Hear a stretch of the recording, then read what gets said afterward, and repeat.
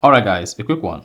Here, I'll detail how to turn on or enable music haptics on your iPhone on iOS 18.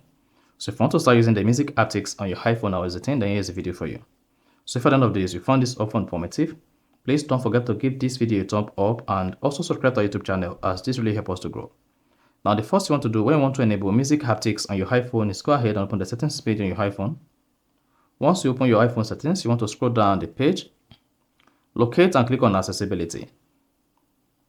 Once you click on accessibility, scroll down until you get to hearing, and under hearing, locate and click on music haptics. Then you should see music haptics. When available, music haptics provide haptic feedback for support song, and here are the supported application. So to turn on the music haptics on your iPhone, go ahead and toggle this on. Then you can go ahead and play a sample. Now, while playing music on your iPhone, you're going to feel vibration on your iPhone or the haptics.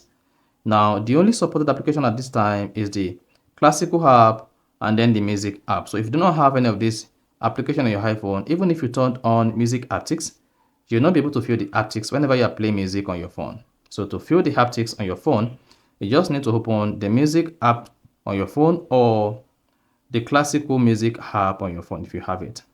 So that is basically how to turn on or enable music haptics on iPhone. So if you found this often informative, please don't forget to like and then subscribe.